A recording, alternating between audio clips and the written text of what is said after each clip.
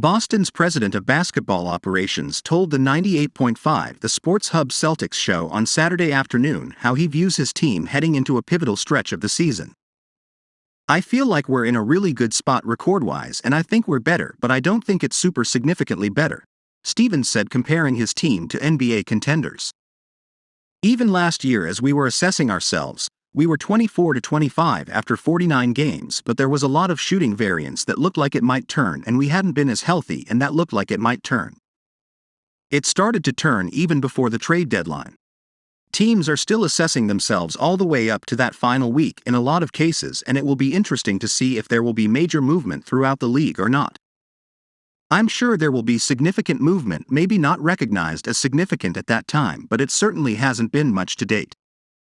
But first, if you are new to the Celtics news channel, take advantage and subscribe so you don't miss the latest news that happens in the world of basketball.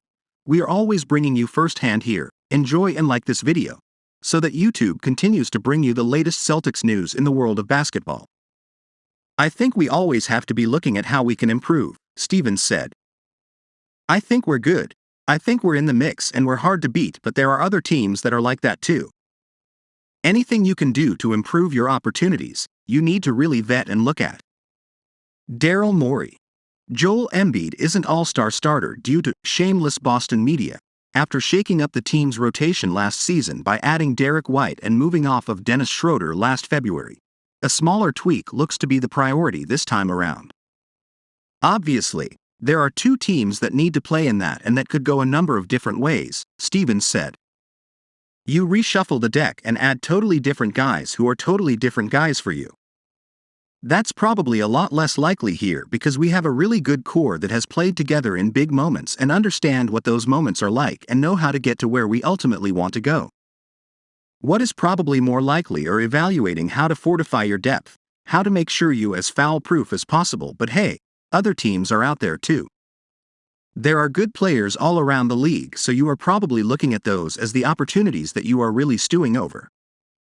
The Celtics have a number of trade exceptions to work with heading into the February 9th deadline, but there's been a lack of movement around the league in recent weeks beyond the Rui Hachimura trade to the Lakers. "Everyone tells me that the advent of the play-in tournament has really created a situation where there's a lot less delineation between teams that are really trying to look towards the future and making their push now," Stevens said. The Celtics have 5 games remaining before the trade deadline, beginning with Saturday's matchup against the Lakers.